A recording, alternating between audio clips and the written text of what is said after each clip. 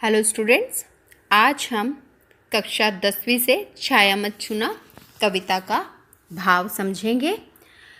कविता छाया मत छूना गिरिजा कुमार माथुर द्वारा रचित है। इस कविता में कवि मनुष्य को बीते लम्हों की याद ना कर भविष्य की ओर ध्यान देने को कह रहा है।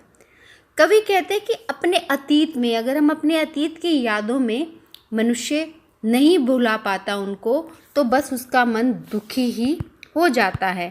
हमारे जीवन में अनेक रंग बिरंगी यादों की सुहानी बेल आती है। कभी दुख है, कभी सुख है, जिसके सहारे व्यक्ति अपना सारा जीवन बिता देना चाहता है। पर कवि कहते हैं कि अब वे क्षण बीत चुके हैं। जो बीत चुके हैं, भले ही उनकी खुशबू चारों तरफ फैली हुई है, परंतु अब वह चांदनी रात समाप्त हो चुकी है। जो वो सुख था वो जा चुका है। अब प्रिय की सुगंध मात्र शेष रह गई है। जो आपसे, आपके पुराने समय में जो आपके प्रिय थे, अपने थे, वो छूट चुके हैं। वो अब वापस नहीं आएंगे। उनकी सिर्फ आपकी सुगंध, उनकी यादें ही हैं। प्रिय के साथ बिताए गए क्षण ही अब आपकी यादों में रह गए हैं। वे कहते हैं कि अब हम उन्हें याद करके सिर्फ और सिर्फ दुख ही मिलेगा, वो पल वापस नहीं आ सकते। तो मनुष्य को अपने पुराने दिनों को याद कर दुखी होने के बजाय जो यथार्थ है, जो आज जो चल रहा है, उसमें जीने की आदत डालनी चाहिए। इससे क्या होगा, हमारे जीवन में खुशियों का संचार होगा। तो आइए देखते हैं। छाया मत छूना मन होगा दुख दूना। छाया से यहाँ कवि का अभिप्राय है पुरानी यादें। हमारा जो जीवन बीत चुका है, जो समय चला गया है, उसको याद करना। तो कवि क्या कह रहे हैं कि आपको अपना जो छाया है, पुराना समय है, अतीत की पुरानी यादें हैं, उनको वापस उनमें नहीं जाना चाहिए, उनको वापस से नहीं याद करना चाहिए। ऐसा करने से मन होगा दुख दूना, आपके मन को दोगुना दुख पहुँचेगा। जीवन में है सुरंग सुधिया सुहावनी, छवियों की चित्र गंध फैली मन भावनी। सुधिया माने यादें, मन भावनी मन को लुभाने वाली, सुरंग रंग बिरंगी। अब कवि क्या कह रहा है कि हमारे जीवन में रंग बिरंगी यादें जो हैं, सुहावनी, जो हमें अच्छा महसूस कराती हैं, वो भरी हुई हैं। छवियों की चित्रगंध फैली मन भावनी, और मन को अच्छी लगने वाली हमारी जो छवियां हैं, जो पुरानी यादें हैं, उनके जो चित्र हैं, वो हमारे मन में एक अच्छी सुगंध की तरह फैलकर हमारे मन को कुछ समय के लिए अच्छा महसूस कराते हैं। तन सुगंध शेष रही बीत गई यामिनी। यामिनी मैंने रात। जो रात है, जो वो समय है, वो बीत चुका है। जो वो अपने के साथ जो बीता हुआ समय, वो बीत चुका है। उसमें जो तन में सुगंध थी, उनके शरीर की सुगंध है, वही हमारे अंदर रह गई है। कुंतल के फूलों की याद बनी चांदनी। कुंतल माने लंबे केश। जो लंबे केशों में, यहाँ पर जो कवि है, उनकी पत्नी का निधन हो चुका है, वो उन्हें याद कर रहे हैं, उनके बारे में ही ये चर्चा है। जो उसके लंबे बालों में, कुंतल माने लंबे बालों में जो फूल लगे हुए हैं, लगे रहते थे, वही एक चांदनी रात की तरह, एक जो अच्छी याद की तरह रह गई है। भूली सी एक छुअन बनता है हर जीवित क्षण। अब जो वो उसका जो यादें हैं, वो ऐसे लगता है कि हमारे जीवित क्षण में आकर एक हल्की सी छुअन का महसूस कराकर जाते हैं। छाया मत छूना मन होगा दुखी। अब जो जीवित क्षण है, जो हम जी रहे हैं, वे पुरानी यादें रूपी छवि में बदल जाती हैं। पुरानी यादें बदल जाती हैं, जिसे याद करके हम केवल दुख ही प्राप्त कर सकते हैं। इसीलिए कवि हमें कहते हैं कि हम छाया को मत छुएं, अपने अतीत में मत जाएं, वरना हमें दोगुना दुख प्राप्त होगा। अब आगे देखते हैं। यश है या ना वैभव है, मान है ना सरमाया, जितना ही दौड़ा तू उतना भरमाया। यश, यहाँ पर धन, यश माने ख्याति, वैभव मान सम्मान। यश माने धन, ख्याति, मान सम्मान जो है इत्यादि। इनके पीछे तू हर वक्त भागना बेकार है। ये सब क्या है, एक भ्रम की भांति है। भ्रम, भरमाया, भरमाया माने ये सिर्फ तुम्हें क्या करते, एक भ्रम में डाल देते हैं। जो कवि इनमें क्या संदेश देना चाह रहे हैं कि संसार में धन, ख्याति, मान सम्मान सबके पीछे भागना व्यर्थ है, ये सिर्फ एक भ्रम की तरह है। मान है ना सरमाया, सरमाया माने सम्मान, ना तो यश है, यश माने धन, ना वैभव है, वैभव माने ख्याति, ना मान है ना सम्मान है। तो इनके पीछे जितना भी दौड़ेगा, अर्थात मनुष्य इनके पीछे जितना ही भागेगा, वह उतना ही भ्रम में पड़ता चला जाएगा। प्रभुता का शरण बिंब केवल मृग तृष्णा है, हर चंद्रिका में छिपी एक रात कृष्णा है। रात कृष्णा माने अमावस्या की रात।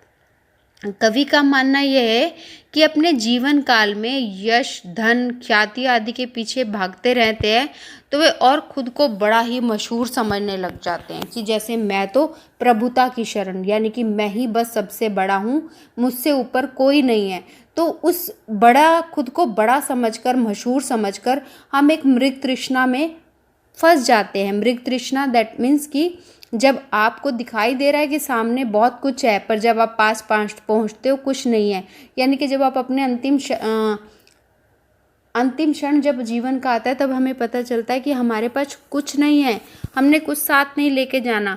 तो प्रभुता का शरण बिंब, प्रभुता का शरण बिंब मतलब अपने आप को बहुत बड़ा प्रभु मानना, अपने आप को ही कि मेरे पास इतना धन, मान, सम्मान है। तो ये केवल एक मृग तृष्णा की भांति है। और हर चंद्रिका में कि जो ये तुम्हारे सारे सुख हैं, इन सारे, चंद्रिका माने सुख और रात कृष्णा माने दुख, इन सब सुखों के बीच में भी के बाद जब दुख भी आता है, रात कृष्णा, काली रात भी आती है, दुख भी आता है, जो है यथार्थ कठिन, उसका तू कर पूजन, छाया मत छूना, मन होगा दुख दूना। यथार्थ माने जो सच्चाई है, जो जीवन की सच्चाई है, जो हमारा वास्तविक जीवन है, उसकी जो कठोर सच्चाइयाँ हैं, तो उसका पूजन मतलब तो उसका डटकर सामना कर, अपने वास्तविक जीवन की कठिनाइयों के सामने खड़े होकर चल। और तो उन जो छायाओं से दूर जाने का दुख का सामना नहीं करना पड़ेगा। जो तो हम क्या होता है कि पुराना समय ऐसा था, उसमें हमारे पास ऐसा था, वैसा था, वो कहने से क्या होगा, वो वापस नहीं आ जाता। अभी हमारे जो रियल लाइफ है, अभी जो दिन आज हम जी रहे हैं, उसमें हमारे पास क्या है उसका ही हमें डटकर सामना करना चाहिए, उसके साथ ही हमें जीना चाहिए। अगर हम उसके साथ जिएंगे तो हमारा क्या होगा, मन में दुख का भाव नहीं होगा। जो है यथार्थ कठिन, जो तुम्हारा जो सच्चाई है वास्तविक जीवन में, जो भी कठिनाइयाँ हैं, तो उसको पूजन कर, तू उसको अपने अंदर समा ले, उसका डट कर सामना कर, तो तुम्हें कोई भी दुख का सामना नहीं करना पड़ेगा। नेक्स्ट देखते हैं। दुविधा हत साहस है, दिखता है पंथ नहीं, देह सुखी हो पर मन के दुख का अंत नहीं। अब दुविधा क्या है बच्चे, दुविधा हत, दुविधा में फंसा हुआ, पंथ मने रहा। तो यहाँ पर कवि क्या कह रहा है कि आज के इस युग में मनुष्य अपने कर्म पथ पर चलते चलते जब रास्ता भटक जाता है, दुविधा हत मतलब उसको दुविधा होती है, उसको परेशानी होती है और उसको कोई रास्ता दिखता है, पंथ नहीं। और दुविधा हत यानी कि दुविधा में फंसकर जब इंसान, दुविधा में फंसा हुआ, जब दुविधा में फंसकर इंसान आगे बढ़ता है तो उसे कोई रास्ता दिखाई नहीं देता, उसका जो साहस है वो टूटता जाता है, वो रास्ता भटक जाता है। देह सुखी हो पर मन के दुख का अंत नहीं। जब उसे रास्ता दिखाई नहीं दे रहा तो क्या होगा, उसका साहस भी खो जाता है। तो उससे क्या होता है, कवि के इंसान, जो कवि कहता है कि इंसान को कितनी भी सुख सुविधाएं मिल जाएं, पर अगर उसका शरीर जो है, उसका शरीर कितना भी सुखी हो, देह माने शरीर, देह उसका मन, उसका जो शरीर है वो कितना भी सुखी हो, कितनी सुख सुविधाएं हैं, पर अगर उसके मन में किसी भी कारण से कोई दुख है तो वह चाहे कितना भी उसको सुख सुविधाएं हैं, वह क्या होता है, दुख के भार में दब जाता है। देह सुखी हो, देह माने शरीर सुखी है पर मन के दुख का अंत नहीं। पर जो हमारा मन है वो पुरानी बातों को याद कर करके दुखी रहता है, तो क्या होता है कि उसका मन किसी भी कारण से दुखी हो जाता है। कवि के अनुसार हमारा शरीर कितना भी सुखी हो, परंतु हमारी आत्मा के दुखों की कोई सीमा नहीं है। आत्मा यानी कि हमारी अंतरात्मा, उसका कोई भी पुरानी बातों को याद करता है वो। दुख है ना चांद खिला शरद रात आने पर। अब जब वो दुख है तो शरद रात यानी शरद ऋतु के आने पर भी चांद का ना खिलना हो, या फिर क्या हुआ जो खिला फूल रस बसंत जाने पर।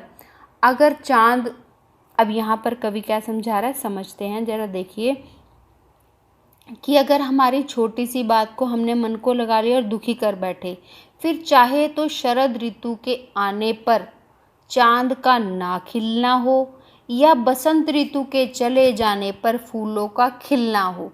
क्योंकि बसंत ऋतु में फूल खिलते हैं ना, उस ऋतु के जाने के बाद भी अगर फूल खिल रहे हैं, खुशियाँ आ रही हैं, कोई फर्क नहीं पड़ता। हम इन चीज़ों के विलाप में खुद को दुखी कर बैठते हैं। जो ना मिला भूल उसे कर तू भविष्य वरण। अब क्या होता है कि हमें जो कुछ नहीं मिला, हम उसी के बारे में सोच सोच कर अपने भविष्य में भी दुखी होते रहते हैं कि हमें ये नहीं मिला, हमें वो नहीं मिला। तो क्या करते हैं हम, चाहे शरद रात आई, शरद ऋतु के जाने के बाद चांद खिला, चाहे बसंत के जाने के बाद फूल खिले, पर हमें किसी भी चीज़ से कोई सेटिस्फेक्शन नहीं है। हमें जो नहीं मिला हम सिर्फ उसी का आलाप कर रहे हैं, और उसके कारण हम क्या करते हैं, दुखी होते रहते हैं। तो हम इन चीज़ों के विलाप में खुद को दुखी कर बैठते हैं। इसीलिए कवि ने हमें यह संदेश दिया है कि जो चीज़ें हमें ना मिले या जो चीज़ें हमारे बस में ना हो, उसके लिए खुद को दुखी करके चुपचाप बैठे रहना कोई समाधान नहीं है, बल्कि हमें यथार्थ की कठिन परिस्थितियों का डटकर सामना करना है और हमें अपने उज्जवल भविष्य की कल्पना करनी है। ऐसा करने से क्या होगा, हमें सुखों की प्राप्ति होगी, वरना हम दुखों की छाया में ही जीते रहेंगे। अब जो इस कविता का काव्य या शिल्प सौंदर्य दोनों का अर्थ एक ही होता है, इसमें कवि क्या संदेश दे रहा है कि हमें जीवन की मधुर यादों में नहीं जीना चाहिए। उन यादों में जीने से हमारा वर्तमान जो है दुख और बढ़ जाता है। यहाँ पर कवि ने तत्सम तद्भव शब्दावली युक्त साहित्यिक खड़ी बोली का प्रयोग किया है। भाषा सहज सरल व धारा प्रवाह है। प्रसाद गुण सर्वथा विद्यमान है। कथात्मक शैली में रचित, क्योंकि यहाँ पर कवि अपनी आत्मकथा यानी अपने ही दुखों के बारे में बता रहा है, अपने जीवन से ही एक सीख लेकर हमें बता रहा है। दृश्य गंध स्पर्श बिंबों का सराहनीय प्रयोग किया है, मतलब ऐसी ऐसी बातें कही हैं जिससे क्या हो रहा है कि उनकी बात हमारे दिल को भी छू रही है। श्रृंगार रस का परिपाक प्रयोग हुआ है।